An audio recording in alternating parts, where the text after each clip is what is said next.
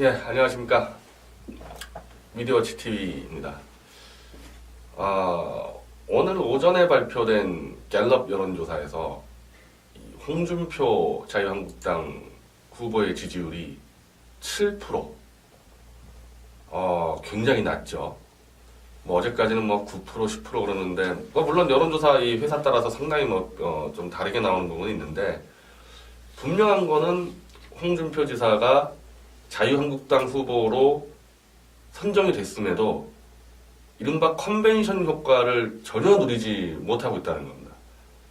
원래 홍준표 지사는 대선 출마하고 한 7에서 한 10% 정도 나왔었어요, 원래부터.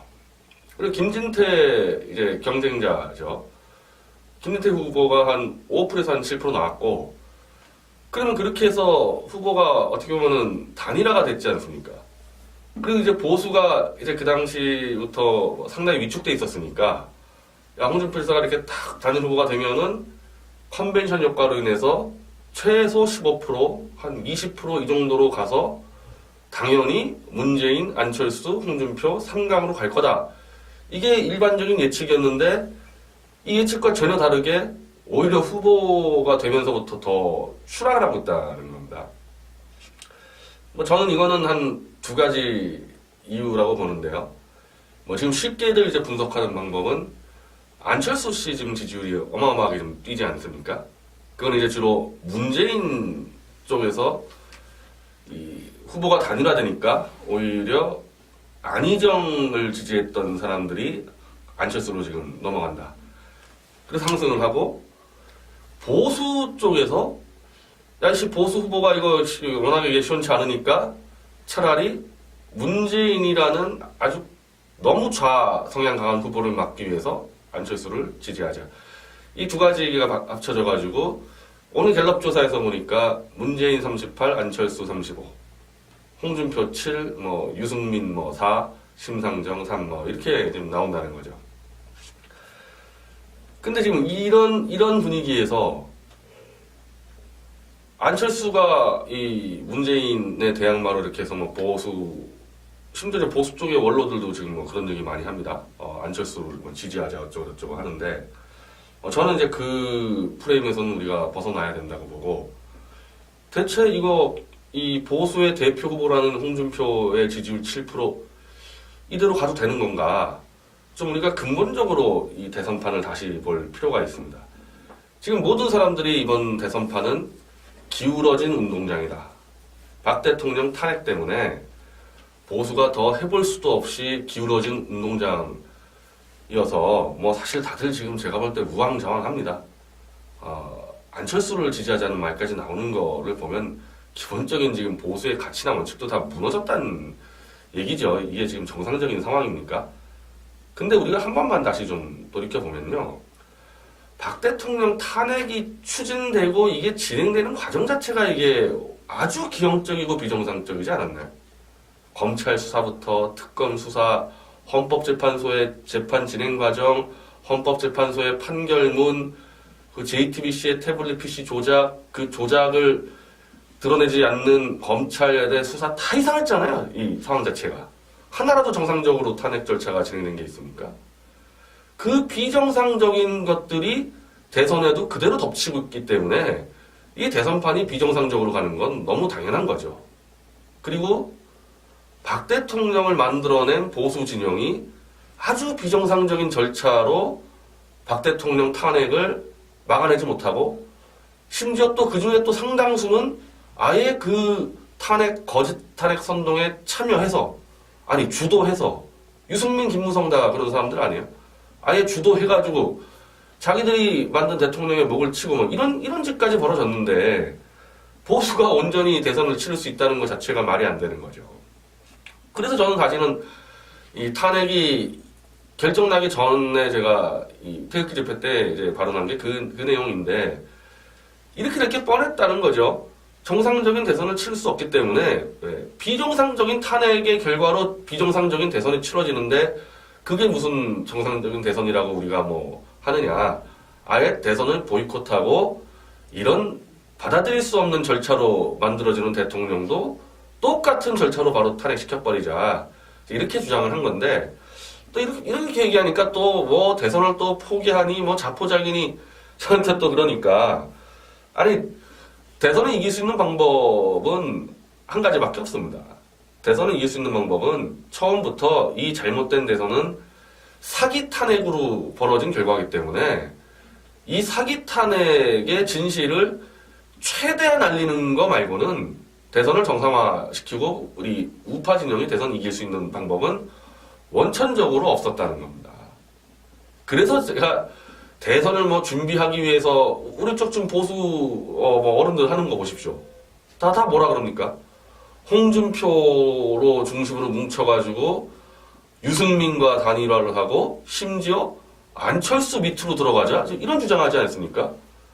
이렇게 가는 건데 아니 그렇게 해가지고 우리가 안철수를 대통령 만들면 우파의 승리예요.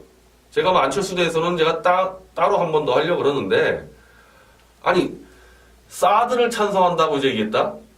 보수의 가치가 사드만 찬성해주면 그게 다 되는 겁니까? 다른 거 그냥 다 넘어가고 나 오늘부터 사드 찬성해. 아 그러면 저 친구는 종북이 아니야. 이거 거의 유치원생도 아니고 어떻게 이런 식의 문제의식을 갖고 저는 보수에 이 주도하는 사람들이 이 수준의 문제의식 갖고 있으니까 보수가 이 모양 됐다고 생각을 하는 겁니다.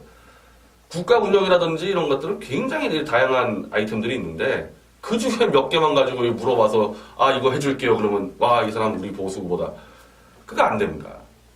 특히 이번 탄핵의 과정에서는요 전 국가 전체 국가의 기능이 모조리 사기에 가담을 해서 대한민국을 난도질해 버린 거예요. 그럼 우리가 그거를 정상화시킨다는 것은 헌법재판소부터 법원, 검찰, 언론 한두 개예요 이게. 이 탄핵을 이 사기를 친 그 세력이 갖다 박아놓은 적폐의 대못을 다 뽑아내는 게 우리의 역할 아닌가요? 그리고 그걸 해낼 수 있는 대권 후보가 있고 그 대권 후보 중심으로 우리가 집권을 해야지 의미가 있는 거지. 다 사기 쳐놓고 나 사드 하나만 찬성해. 그게 우리 보수 후보다. 그래서 안 되는 겁니다. 그래서 안 되는 거예요.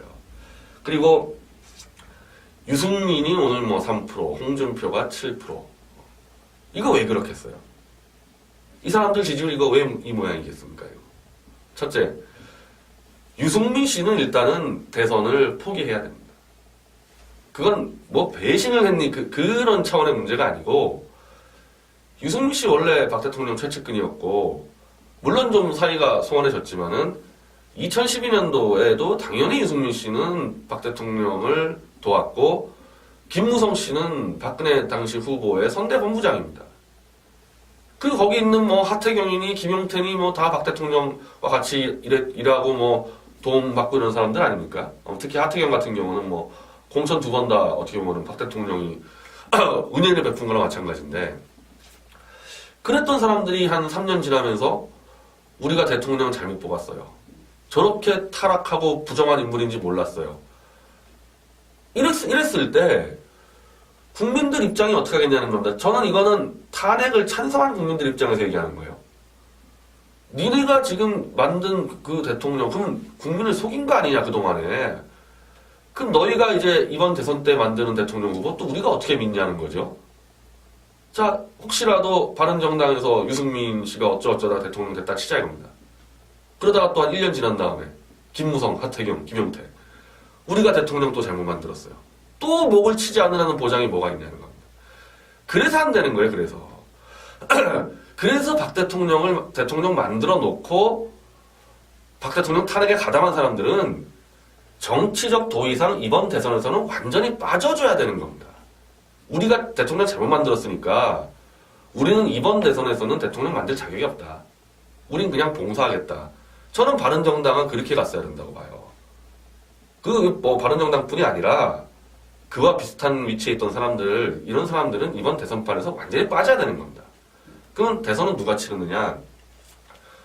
박 대통령이 지금 거의 마녀가 돼 있죠. 지금 감옥에 가 계십니다. 저도 사실 저는 박근혜 캠프에 들어있진 않았지만은 저는 문재인 씨가 대통령 됐을 때는 심각한 문제가 있다 해가지고 문재인 씨를 비판하는 방식으로 어쨌든 박 대통령을 돕게 됐기 때문에 내가 어쨌든 대통령이 되는데 기여한 사람이 지금 감옥에 들어가 있는데 무슨 낯으로 다시 대통령을 만들어요? 이건 탄핵에 반대하는 사람들 쪽에서 얘기하는 거예요. 우리가 만든 대통령이 지금 감옥에 들어가 있는데 뇌물죄로 무슨 낯으로 대통령을 만드느냐? 하나밖에 없죠. 이 탄핵은 대한민국의 국은을 무너뜨릴 수 있는 어마어마한 심각한 음모다. 이 음모론의 문제가 아니고 실제로 그렇게 진행되어 오지 않았습니까? 그리고 그 사기 탄핵의 진실을 우리가 알고 있기 때문에 11월 달부터 지금까지 그 한겨울에 태극기 들 수 있었던 거 아니에요? 우리가 진실을 갖고 있지 않은데 그냥 박 대통령이 너무 안 돼가지고 그 영하 10도 때 태극기 어떻게 들고 있습니까? 8시간 동안. 우리가 진실을 갖고 있기 때문에 버틴 거죠. 제가 박 대통령 탄핵에 대해서 명시적으로 반대 입장을 낸 거는 12월 8일입니다. 지난해.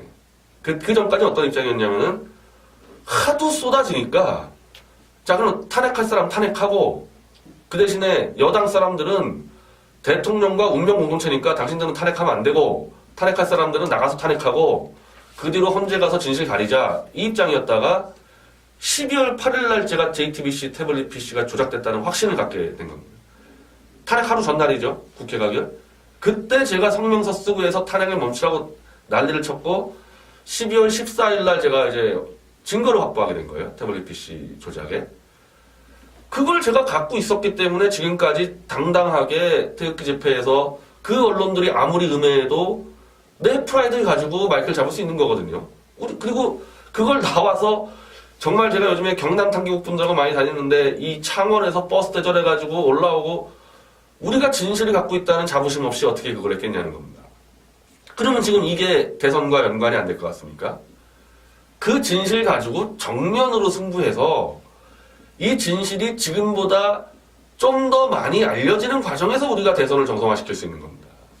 그게 안 되면요. 어떻게 니네가 만든 대통령이 감옥에 있는데 니네가 뭔데 대통령 만드냐. 이 비판을 우리가 어떻게 막아내겠습니까? 탄핵은 완전히 잘못했다고 그건 정면으로 승부해서 들어가야 되는 거죠. 그 당연히 홍준표 씨 그거 피해가지 않습니까? 그 피해가면은 홍준표 씨는 이게 애매하게 가서 전 더 지지율이 추락하고 있다고 보는데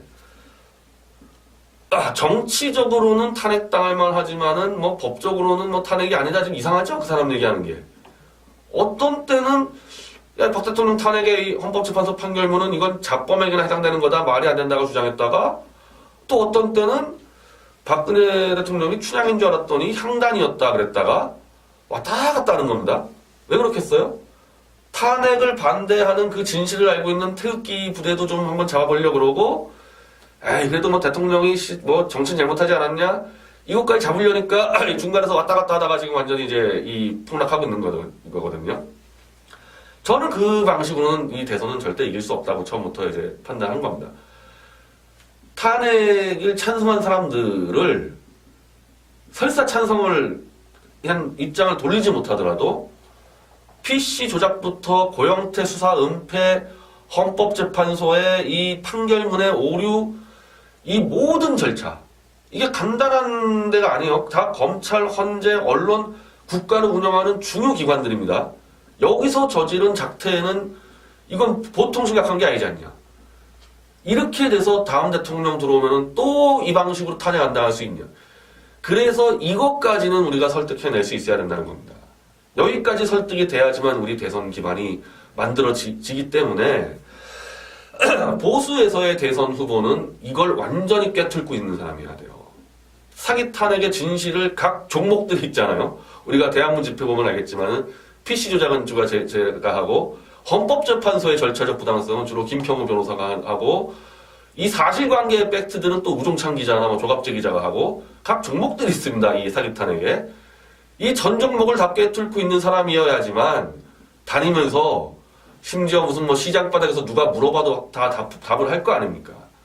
그런 세력이 아니고는 대선판을 못 뒤집는다. 홍준표 씨는 이미 아웃이에요. 이미 이걸로 안 되는 거고. 자, 그럼 우리 태극기 신당을 가지고 이야기해 봅시다.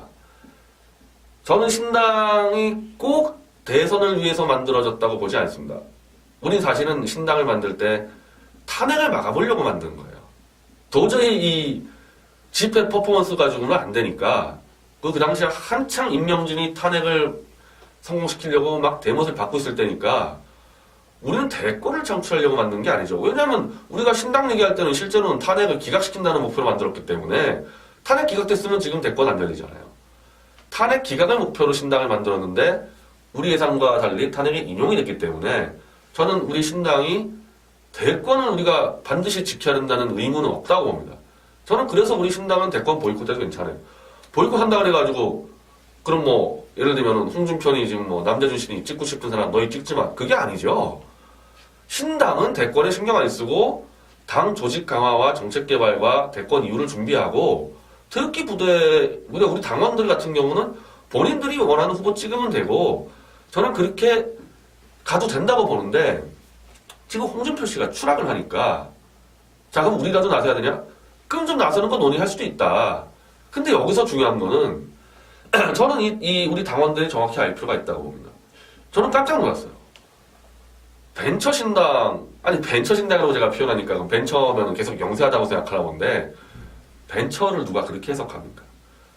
벤처는 대기업 밑에서 하청 받아먹고 이런 거 안 하고 실제로 리스크를 감수하고 대기업을 만들겠다는 게 벤처입니다. 당연히 우리 신당은 대권을 만드는 게 목표죠. 이번이 아니라는 거죠. 이번 대권에 우리 의무가 없다는 거고 다음 대권, 다음 총선, 다음 지자체 우리 당연히 메이저 정당을 지향하는 겁니다. 그게 벤처죠. 테헤란로 가서 한번 벤처 기업들 다 물어보세요. 평생 이렇게 매출 10억짜리로 살고 싶냐? 다 10조, 20조 꿈꾸죠. 저는 그 뜻을 얘기한 건데 벤처라고 했을 때는 핵심 기술이 있어야 될 거 아니에요. 어느 이 기존 제도권, 그러니까 대기업도 갖고 있지 않는 자기만의 핵심 기술이 없이는 벤처 성공 안 되지 않습니까? 우리 태극기 신당, 새누리당의 핵심 기술이 뭡니까? 다른 정당보다 우리가 경쟁력에서 앞서 있는 건 뭐 있어요? 정강정 대변인이 오늘 이제 성명서 보니까 자발적으로 이 돈 내는 진성당원 10만 명, 그거 통합진보당도 원래 그랬었거든요. 저는 그게 경쟁력이라고 보진 않고요. 그건 하나의 현상이고 남들이 모르는 그 언론에 의해서 눈과 귀가 멀어서 다른 국민들, 다른 정당 당원들, 다른 지지자들이 모르는 진실을 우리가 알고 있다는 그 원천 기술을 갖고 있는 거 아닙니까? 그게 핵심이에요. 그게 우리 가장 최고 경쟁력이니까 그걸 주무기로 대선을 가는 겁니다. 저는 이게 무슨 박근혜 대통령 명예를 회복시키자 그거와 좀 차원이 달라요. 박 대통령 명예는 나중에 결과로서 얻어질 것이고 끔찍하지 않습니까? 다음 정권에 문재인 정권, 안철수 정권 들어왔을 때 그 정권이 끔찍한 게 아니고 사기 탄핵을 벌인 세력이 그대로 살아있는데 또 다음 정권이 올라와 사기 탄핵 세력이 하나도 심판 안 받았는데 또 어떤 짓을 벌일 줄 압니까? 다음 정권은 무조건 망하는 겁니다. 이거 어느 정권이 들어와도 망하는 거예요. 문재인이 들어오니까 뭐 좌판이 까봐준다? 아니죠. 내각제 개헌 세력이 또 중간에 있는데 탄핵을 시키겠다? 우리가 뭐 어떻게 탄핵시키냐? 우리가 탄핵시키는 게 아니죠. 내각제 개헌 세력이 탄핵시키는 거죠. 반대로 또 문재인의 이 좌파 세력? 내각제 세력하고 또 한따까리 하는 거죠. 서로 사기치면서 싸울 거 아닙니까? 나라가 망하는 겁니다. 이건 나라가 망하는 거예요. 그 나라가 망하게 된 원인 바로 사기 탄핵에 대한 진실을 가장 정확히 알고 있는 게 우리 당이지 않습니까? 그거를 대놓고 들고 가서 홍준표 씨 뭐 지지율 낮네요. 뭐 7%밖에 안 되니까 그 정도만 넘어서고 아까 제가 말씀드린 대로 원래는 박 대통령 지지자였는데 언론의 눈과 귀가 멀어서 탄핵을 찬성하고 바른정당이나 국민의당을 지지하는 원래 우리 보수 국민들에게 야, 그게 박 대통령은 좀 잘못은 했지만은 정말 야, 이거는 정말 나라가 정말 심각하구나. 어떻게 이런 짓들을 하냐. 헌재나 검찰이나 JTBC가 그렇게까지만 설득이 되면은 우린 다시 한 20% 정도 지지율이 확보가 되는 거죠. 근데 그러면 그걸 누가 할 겁니까? 제가 말씀드린 게 그거예요. 저는 우리 당에 있는 사람들이 명망가를 모셔오자. 남재준, 안대희. 저는 이거 갸우뚱했습니다. 도대체 왜 창당을 할까? 그런 명망가를 모실까 봐. 명망가가 필요한 게 아니에요. 우리가 갖고 있는 사기 탄핵의 진실이라는 원천 기술을 국민들에게 가장 정확히 설명할 사람이 필요한 거지. 명망가가 왜 필요해요, 명망가가? 특히 남재준 원장이 왜 필요합니까? 뭘 알아요, 이분이? 고영태 사기극을 합니까? 태블릿 PC 조작을 합니까? 이건 태극기 집회와 함께 겨울을 보낸 사람이 아니면 안 되는 겁니다. 오늘 정광용 이제 사무총장이 조원진 의원에게 와달라 그러는데, 저는 조원진 의원이 들어오는 거에 대해서 저는 그냥 명망가를 모셔온다고 생각하는 게 아니고요, 조원진 의원은. 그냥 우리 태극기 동지. 저와 같이 가장 진실을 많이 하는 우리 동지가 들어오는 겁니다. 이거 전혀 다르죠. 안대희 씨나 이 남재준 원장 들어오는 거나. 저는 그런 분이라면 들어와가지고 우리 당을 상징해서 충분히 대권 후보 나갈 수 있다고 보는 거죠. 그런 분이라면은. 물론 그것도 뭐 절차는 따라야 됩니다. 공당이니까. 그렇게 해서 언론이 받아주든 안 받아주든 당원 전체가 바닥에서 뛰고 유튜브로 뛰고 페이스북으로 뛰고 그렇게 해서 우리가 진실을 널리 알리는 것만이 대선을 이길 수 있는 마지막 한 가지 방법입니다. 물론 언론이 다 막아버리고 시간이 없다 어떡할래? 아니 그래서 어렵죠.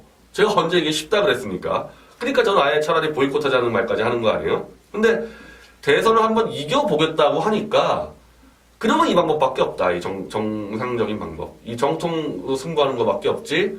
다른 잔머리. 홍준표와 유승민을 단일화한다거나 이건 애초에 안 되는 거고요. 이거 지금 뭐 지지율만 봐도 안 되는 것 뻔히 알겠죠? 그러니까 이제는 우리 원로들이 안철수를 밀자. 아, 저 정말 참담합니다. 아, 안철수를 밀자. 야, 진짜 우리 보수에서 지금까지 안철수에 대해서 평가한 것들이 쭉 있는데 그걸 한꺼번에 다 뒤집고 사드 하나 찬성했다고 안철수를 밀자. 그러면 안 되죠. 이번 대선 한 번만 가지고 보수 운명 결정할 겁니까? 제가 말씀드린 대로 이번 정권은 사기 탄핵임을 입증하고 집권하지 않은 정권은 바로 무너집니다. 탄핵 세력에게 바로 무너져요. 안철수요? 안철수가 집권한다 칩시다. 국회에 개파 하나 있습니까? 한 5명도 안 될걸요? 국회의원? 295석이 반 안철수인데 그 무슨 능력이 있어요? 안철수 같은 거 탄핵시키는 거 한 달이면 끝납니다. 오히려 문재인은 좀 세력이 있으니까 좀 더 버티겠죠. 그거 만들어서 뭐 하겠어요. 그렇게 해가지고. 그런 식으로 집권하는데 아무 도움 안 되고요. 안정적인 정권은 우리가 탄핵의 진실을 밝히면서 집권하는 수밖에 없고요. 자, 어쨌든 오늘 뭐 우리 당의 성명서를 보니까 한번 대선에서 해보겠다는 것 같아요. 해보는데 쓸데없이 그 옛날 자유한국당 방식으로 어디서 명망가 데려와라. 저는 그런 분들 좀 당에서 나갔으면 좋겠어요. 그 벤처 할 자격 없는 사람들입니다. 계속 그냥 홍준표 밑에서 노예하는 게 맞죠. 우리의 진실을 가장 잘 알 수 있는 후보, 잘 알릴 수 있는 후보. 그런 후보로 가지고 정면으로 승부하면은 저는 대선에서 이길 가능성은 한 10% 된다고 봅니다. 근데 명망가를 끌고 온다? 0%예요, 0%. 10% 이길 가능성 별로 없죠. 하지만 0%는 제로거든요. 그거보단 낫다는 겁니다. 한번 해보려면은 이 방식으로 한번 해보고 아니면 정말 우리가 시간을 갖고 뭐 역량을 키워서 대선 이후를 준비하던가. 근데 그래도 똑같습니다. 그래도 뭘 하든 우리가 할 일은 이 시간도 마찬가지고 내일도 마찬가지고 우리 이제 일요일날 봉화마을 2차 고량숙 뇌물 집회 다 마찬가지입니다. 부당한 탄핵의 진실을 알리는 작업을 하는 거예요. 대선을 하든 안 하든. 고량숙 뇌물 박 대통령 뇌물 하나 안 먹었다는 거 얼마나 손쉽게 입증하는 퍼포먼스입니까? 그거 다 연결되어 있는 겁니다. 하던 대로 하면 됩니다. 하던 대로 하는 거를 좀 더 열심히 하면 대권 준비가 되는 겁니다. 감사합니다. 공천 2번 다 어떻게 보면 박 대통령이 은혜를 베푼 거랑 마찬가지인데 그랬던 사람들이 한 3년 지나면서 우리가 대통령 잘못 뽑았어요. 저렇게 타락하고 부정한 인물인지 몰랐어요. 이랬을 때 국민들 입장이 어떻게 하겠냐는 겁니다. 저는 이거는 탄핵을 찬성하는 국민들 입장에서 얘기하는 거예요. 니네가 지금 만든 그 대통령, 그러면 국민을 속인 거 아니냐, 그동안에. 그럼 너희가 이제 이번 대선 때 만드는 대통령 후보 또 우리가 어떻게 믿냐는 거죠. 자, 혹시라도 바른정당에서 유승민 씨가 어쩌다 대통령 됐다 치자 이겁니다. 그러다가 또 한 1년 지난 다음에 김무성, 하태경, 김용태 우리가 대통령 또 잘못 만들었어요. 또 목을 치지 않으라는 보장이 뭐가 있냐는 겁니다. 그래서 안 되는 거예요. 그래서 그래서 박 대통령을 대통령 만들어 놓고 박 대통령 탄핵에 가담한 사람들은 정치적 도의상 이번 대선에서는 완전히 빠져줘야 되는 겁니다. 우리가 대통령 잘못 만들었으니까 우리는 이번 대선에서는 대통령 만들 자격이 없다. 우린 그냥 봉사하겠다. 저는 바른정당은 그렇게 갔어야 된다고 봐요. 바른정당뿐이 아니라 그와 비슷한 위치에 있던 사람들, 이런 사람들은 이번 대선판에서 완전히 빠져야 되는 겁니다. 그러면 대선은 누가 치르느냐? 박 대통령이 지금 거의 마녀가 돼 있죠. 지금 감옥에 가 계십니다. 저도 사실 저는 박근혜 캠프에 들어있진 않았지만은 저는 문재인 씨가 대통령 됐을 때는 심각한 문제가 있다 해가지고 문재인 씨를 비판하는 방식으로 어쨌든 박 대통령을 독대를 했기 때문에 내가 어쨌든 대통령이 되는데 기여한 사람이 지금 감옥에 들어가 있는데 무슨 낯으로 다시 대통령을 만들어요? 이건 탄핵에 반대하는 사람들 쪽에서 얘기하는 거예요. 우리가 만든 대통령이 지금 감옥에 들어가 있는데 뇌물죄로 무슨 낯으로 대통령을 만드느냐? 하나밖에 없죠. 이 탄핵은 대한민국의 국운을 무너뜨릴 수 있는 어마어마한 심각한 음모다. 이 음모론의 문제가 아니고 실제로 그렇게 진행되어 오지 않았습니까? 그리고 그 사기 탄핵의 진실을 우리가 알고 있기 때문에 11월 달부터 지금까지 그 한겨울에 태극기 들 수 있었던 거 아니에요? 우리가 진실을 갖고 있지 않은데 그냥 박 대통령이 너무 안 돼가지고 그 영하 10도 때 태극기 어떻게 들고 있습니까? 8시간 동안. 우리가 진실을 갖고 있기 때문에 버틴 거죠. 제가 박 대통령 탄핵에 대해서 명시적으로 반대 입장을 낸 거는 12월 8일입니다. 지난해. 그 전까지 어떤 입장이었냐면은 하도 쏟아지니까 자 그럼 탄핵할 사람 탄핵하고 그 대신에 여당 사람들은 대통령과 운명 공동체니까 당신들은 탄핵하면 안 되고 탄핵할 사람들은 나가서 탄핵하고 그 뒤로 헌재 가서 진실 가리자 이 입장이었다가 12월 8일 날 제가 JTBC 태블릿 PC가 조작됐다는 확신을 갖게 된 겁니다. 탄핵 하루 전날이죠. 국회 가결. 그때 제가 성명서 쓰고 해서 탄핵을 멈추라고 난리를 쳤고 12월 14일 날 제가 이제 증거를 확보하게 된 거예요. 태블릿 PC 조작에. 그걸 제가 갖고 있었기 때문에 지금까지 당당하게 태극기 집회에서 그 언론들이 아무리 음해해도 내 프라이드를 가지고 마이크를 잡을 수 있는 거거든요. 그리고 그걸 나와서 정말 제가 요즘에 경남 탄기국 분들하고 많이 다니는데 이 창원에서 버스 대절해가지고 올라오고 우리가 진실을 갖고 있다는 자부심 없이 어떻게 그걸 했겠냐는 겁니다. 그러면 지금 이게 대선과 연관이 안 될 것 같습니까? 그 진실 가지고 정면으로 승부해서 이 진실이 지금보다 좀 더 많이 알려지는 과정에서 우리가 대선을 정상화시킬 수 있는 겁니다. 그게 안 되면요. 어떻게 니네가 만든 대통령이 감옥에 있는데 니네가 뭔데 대통령 만드냐. 이 비판을 우리가 어떻게 막아내겠습니까? 탄핵은 완전히 잘못했다.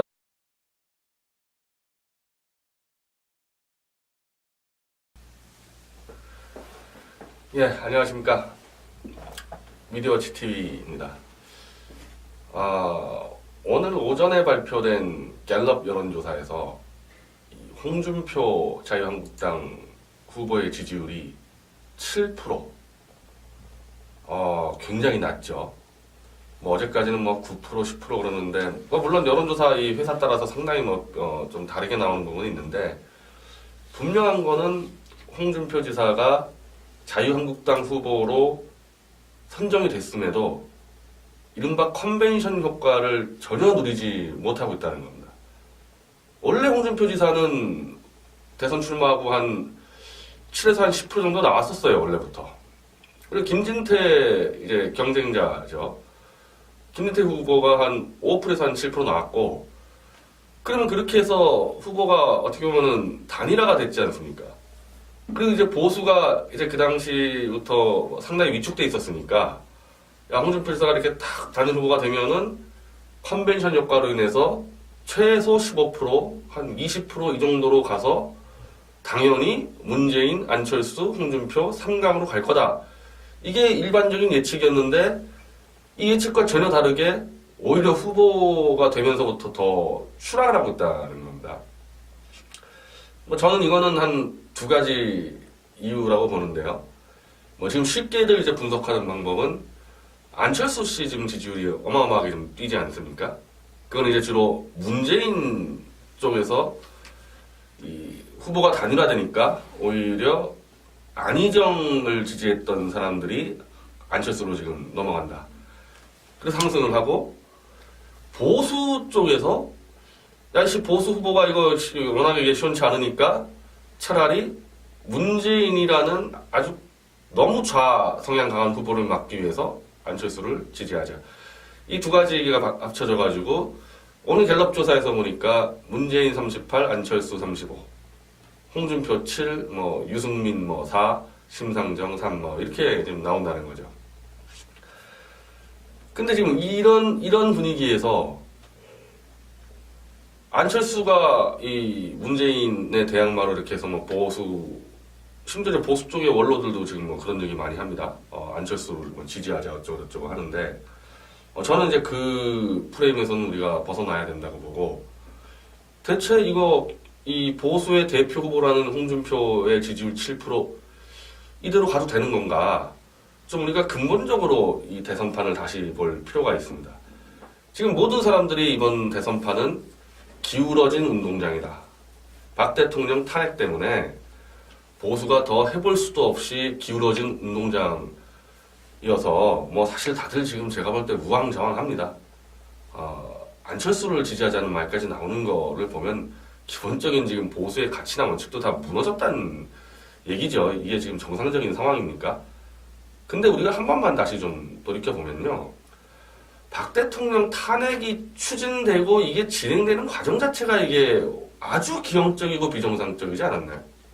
검찰 수사부터 특검 수사, 헌법재판소의 재판 진행 과정, 헌법재판소의 판결문, 그 JTBC의 태블릿 PC 조작, 그 조작을 드러내지 않는 검찰의 수사 다 이상했잖아요. 이 상황 자체가. 하나라도 정상적으로 탄핵 절차가 진행된 게 있습니까? 그 비정상적인 것들이 대선에도 그대로 덮치고 있기 때문에 이 대선판이 비정상적으로 가는 건 너무 당연한 거죠. 그리고 박 대통령을 만들어낸 보수 진영이 아주 비정상적인 나하고 그건 정면으로 승부해서 들어가야 되는 거죠. 그 당연히 홍준표 씨 그거 피해가지 않습니까? 그 피해가면은 홍준표 씨는 이게 애매하게 가서 전 더 지지율이 추락하고 있다고 보는데, 정치적으로는 탄핵당할 만하지만은 뭐 법적으로는 뭐 탄핵이 아니다. 좀 이상하죠? 그 사람 얘기하는 게. 어떤 때는 야, 박 대통령 탄핵의 헌법재판소 판결문은 이건 자범에게나 해당되는 거다. 말이 안 된다고 주장했다가, 또 어떤 때는 박근혜 대통령이 춘향인 줄 알았더니 향단이었다 그랬다가 왔다 갔다 하는 겁니다. 왜 그렇겠어요? 탄핵을 반대하는 그 진실을 알고 있는 태극기 부대도 좀 한번 잡아보려고 그러고, 그래도 뭐 대통령이 뭐 정신 잘못하지 않았냐? 이것까지 잡으려니까 중간에서 왔다 갔다 하다가 지금 완전히 이제 이 폭락하고 있는 거거든요. 저는 그 방식으로는 이 대선은 절대 이길 수 없다고 처음부터 이제 판단한 겁니다. 탄핵을 찬성한 사람들을 설사 찬성을 한 입장을 돌리지 못하더라도 PC 조작부터 고영태 수사 은폐, 헌법재판소의 이 판결문의 오류, 이 모든 절차, 이게 간단한 데가 아니에요. 다 검찰, 헌재, 언론, 국가를 운영하는 중요 기관들입니다. 여기서 저지른 작태에는 이건 보통 심각한 게 아니지 않냐.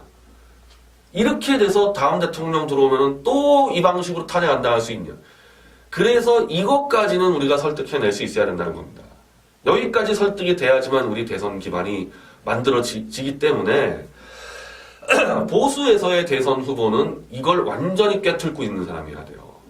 사기 탄핵의 진실을 각 종목들이 있잖아요. 우리가 대학문 집회 보면 알겠지만은 PC 조작은 주가 제가 하고 헌법재판소의 절차적 부당성은 주로 김평우 변호사가 하고 이 사실관계의 팩트들은 또 우종찬 기자나 뭐 조갑재 기자가 하고 각 종목들이 있습니다. 이 사기 탄핵에. 이 전 종목을 다 꿰뚫고 있는 사람이어야지만 다니면서 심지어 무슨 뭐 시장바닥에서 누가 물어봐도 다 답을 할 거 아닙니까? 그런 세력이 아니고는 대선판을 못 뒤집는다. 홍준표 씨는 이미 아웃이에요. 이미 이걸로 안 되는 거고. 자, 그럼 우리 태극기 신당을 가지고 이야기해 봅시다. 저는 신당이 꼭 대선을 위해서 만들어졌다고 보지 않습니다. 우린 사실은 신당을 만들 때 탄핵을 막아보려고 만든 거예요. 도저히 이 집회 퍼포먼스 가지고는 안 되니까 그 당시에 한창 임명진이 탄핵을 성공시키려고 막 대못을 받고 있을 때니까 우리는 대권을 창출하려고 만든 게 아니죠. 왜냐하면 우리가 신당 얘기할 때는 실제로는 탄핵을 기각시킨다는 목표로 만들었기 때문에 탄핵 기각됐으면 지금 대권 안 열리잖아요. 탄핵 기각을 목표로 신당을 만들었는데 우리 예상과 달리 탄핵이 인용이 됐기 때문에 저는 우리 신당이 대권을 우리가 반드시 지켜야 된다는 의무는 없다고 봅니다. 저는 그래서 우리 신당은 대권 보이콧해도 괜찮아요. 보이콧한다 그래가지고 그럼 뭐 예를 들면 홍준표니 지금 뭐 남대준 씨니 찍고 싶은 사람 너희 찍지 마. 그게 아니죠. 신당은 대권에 신경 안 쓰고 당 조직 강화와 정책 개발과 대권 이후를 준비하고 특히 우리 당원들 같은 경우는 본인들이 원하는 후보 찍으면 되고 저는 그렇게 가도 된다고 보는데 지금 홍준표 씨가 추락을 하니까 자 그럼 우리라도 나서야 되냐? 그럼 좀 나서는 거 논의할 수도 있다. 근데 여기서 중요한 거는 저는 이 우리 당원들이 정확히 알 필요가 있다고 봅니다. 저는 깜짝 놀랐어요. 벤처신당이라고 제가 표현하니까 그럼 벤처면 계속 영세하다고 생각하나 본데 벤처를 누가 그렇게 해석합니까? 벤처는 대기업 밑에서 하청 받아먹고 이런 거 안 하고 실제로 리스크를 감수하고 대기업을 만들겠다는 게 벤처입니다. 당연히 우리 신당은 대권을 만드는 게 목표죠. 이번이 아니라는 거죠. 이번 대권에 우리 의무가 없다는 거고 다음 대권, 다음 총선, 다음 지자체 우리 당연히 메이저 정당을 지향하는 겁니다. 그게 벤처죠. 테헤란로 가서 한번 벤처 기업들 다 물어보세요. 평생 이렇게 매출 10억짜리로 살고 싶냐? 다 10조, 20조 꿈꾸죠. 저는 그 뜻을 얘기한 건데 벤처라고 했을 때는 핵심 기술이 있어야 될 거 아니에요. 어느 이 기존 제도권, 그러니까 대기업도 갖고 있지 않는 자기만의 핵심 기술이 없이는 벤처 성공 안 되지 않습니까? 우리 태극기 신당, 새누리당의 핵심 기술이 뭡니까? 다른 정당보다 우리가 경쟁력에서 앞서 있는 건 뭐 있어요? 정강용 대변인이 오늘 이제 성명서 보니까 자발적으로 이 돈 내는 진성당원 10만 명, 그거 통합진보당도 원래 그랬었거든요. 저는 그게 경쟁력이라고 보진 않고요. 그건 하나의 현상이고 남들이 모르는 그 언론에 의해서 눈과 귀가 멀어서 다른 국민들, 다른 정당 당원들, 다른 지지자들이 모르는 진실을 우리가 알고 있다는 그 원천 기술 갖고 있는 거 아닙니까? 그게 핵심이에요. 그게 우리 가장 최고 경쟁력이니까 그걸 주무기로 대선을 가는 겁니다. 저는 이게 무슨 박근혜 대통령 명예를 회복시키자 그거와 조금 차원이 달라요. 박 대통령 명예는 나중에 결과로서 얻어질 것이고 끔찍하지 않습니까? 다음 정권에 문재인 정권, 안철수 정권 들어왔을 때 그 정권이 끔찍한 게 아니고 사기 탄핵을 벌인 세력이 그대로 살아있는데 또 다음 정권이 올라와 사기 탄핵 세력이 하나도 심판 안 받았는데 또 어떤 짓을 벌일 줄 압니까? 다음 정권은 무조건 망하는 겁니다, 이거. 어느 정권이 들어와도 망하는 거예요. 문재인이 들어오니까 뭐 좌파니까 봐준다? 아니죠. 내각제 개헌 세력이 또 중간에 있는데 탄핵을 시키겠다? 우리가 뭐 어떻게 탄핵시키냐? 우리가 탄핵시키는 게 아니죠. 내각제 개헌 세력이 탄핵시키는 거죠. 반대로 또 문재인의 이 좌파 세력? 내각제 세력하고 또 한따까리 하는 거죠. 서로 사기치면서 싸울 거 아닙니까? 나라가 망하는 겁니다, 이건. 나라가 망하는 거예요. 그 나라가 망하게 된 원인 바로 사기 탄핵에 대한 진실을 가장 정확히 알고 있는 게 우리 당이지 않습니까?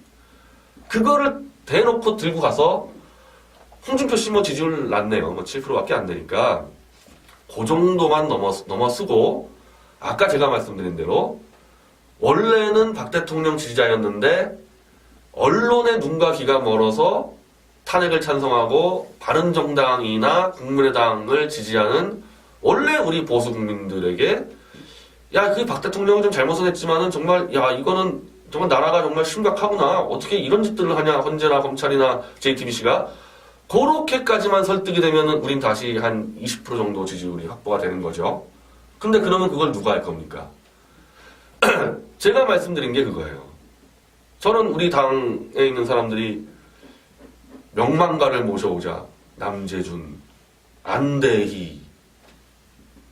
저는 이거 갸우뚱했습니다. 도대체 왜 창당을 할까? 그런 명망가를 모실까 봐.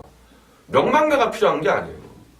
우리가 갖고 있는 사기 탄핵의 진실이라는 원천 기술을 국민들에게 가장 정확히 설명할 사람이 필요한 거지. 명망가가 왜 필요해요, 명망가가. 특히 남재준 원장이 왜 필요합니까? 뭘 알아요, 이분이? 고영태 사기극을 합니까? 태블릿 PC 조작을 합니까? 이건 태극기 집회와 함께 겨울을 보낸 사람이 아니면 안 되는 겁니다.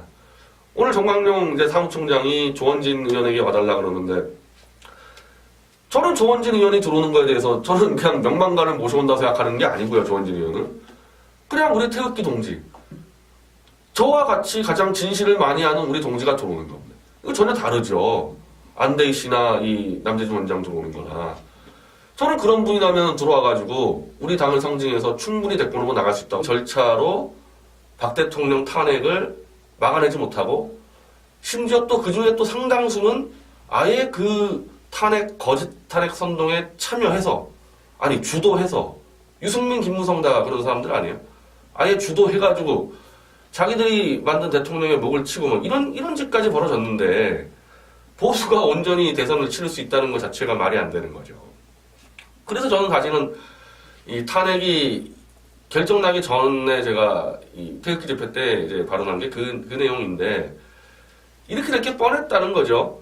정상적인 대선을 치를 수 없기 때문에 비정상적인 탄핵의 결과로 비정상적인 대선이 치러지는데 그게 무슨 정상적인 대선이라고 우리가 뭐 하느냐. 아예 대선을 보이콧하고 이런 받아들일 수 없는 절차로 만들어지는 대통령도 똑같은 절차로 바로 탄핵시켜버리자. 이렇게 주장을 한 건데 또 이렇게 얘기하니까 또 뭐 대선을 또 포기하니 뭐 자포자기니 저한테 또 그러니까 아니 대선을 이길 수 있는 방법은 한 가지밖에 없습니다. 대선을 이길 수 있는 방법은 처음부터 이 잘못된 대선은 사기 탄핵으로 벌어진 결과이기 때문에 이 사기 탄핵의 진실을 최대한 알리는 거 말고는 대선을 정상화시키고 우리 우파 진영이 대선 이길 수 있는 방법은 원천적으로 없었다는 겁니다. 그래서 제가 대선을 뭐 준비하기 위해서 우리 쪽 좀 보수 뭐 어른들 하는 거 보십시오. 다 뭐라 그럽니까? 홍준표로 중심으로 뭉쳐가지고 유승민과 단일화를 하고 심지어 안철수 밑으로 들어가자 이런 주장하지 않습니까? 이렇게 가는 건데 아니 그렇게 해가지고 우리가 안철수를 대통령 만들면 우파의 승리예요. 제가 뭐 안철수 대해서는 제가 따로 한 번 더 하려고 그러는데 아니 사드를 찬성한다고 이제 얘기했다? 보수의 가치가 사드만 찬성해주면 그게 다 되는 겁니까? 다른 거 그냥 다 넘어가고 나 오늘부터 사드 찬성해. 아 그러면 저 친구는 종북이 아니야. 이거 거의 유치원생도 아니고 어떻게 이런 식의 문제의식을 갖고 저는 보수에 이 주도하는 사람들이 이 수준의 문제의식 갖고 있으니까 보수가 이 모양 됐다고 생각을 하는 겁니다. 국가 운영이라든지 이런 것들은 굉장히 다양한 아이템들이 있는데 그 중에 몇 개만 가지고 물어봐서 아 이거 해줄게요 그러면 와 이 사람 우리 보수 후보다 그거 안 됩니다. 특히 이번 탄핵의 과정에서는요 전 국가 전체 국가의 기능이 모조리 사기에 가담을 해서 대한민국을 난도질해 버린 거예요. 그럼 우리가 그거를 정상화시킨다는 것은 헌법재판소부터 법원, 검찰, 언론 한두 개예요 이게. 이 탄핵을 이 사기를 친 그 세력이 갖다 박아놓은 적폐의 대못을 다 뽑아내는 게 우리의 역할 아닌가요? 그리고 그걸 해낼 수 있는 대권 후보가 있고 그 대권 후보 중심으로 우리가 집권을 해야지 의미가 있는 거지. 다 사기 쳐놓고 나 사드 하나만 찬성해. 그게 우리 보수 후보다. 그래서 안 되는 겁니다. 그래서 안 되는 거예요. 그리고 유승민이 오늘 뭐 3%, 홍준표가 7%. 이거 왜 그렇겠어요? 이 사람들 지지율 이거 왜 이 모양이겠습니까? 이거. 첫째, 유승민 씨는 일단은 대선을 포기해야 됩니다. 그건 뭐 배신을 했니 그런 차원의 문제가 아니고 유승민 씨 원래 박 대통령 최측근이었고 물론 좀 사이가 소원해졌지만은 2012년도에도 당연히 유승민 씨는 박 대통령을 도왔고 김무성 씨는 박근혜 당시 후보의 선대본부장입니다. 그리고 거기 있는 뭐 하태경이니 김용태니 뭐 다 박 대통령과 같이 일하고 뭐 도움 받고 이런 사람들 아닙니까? 특히 하태경 같은 경우는 뭐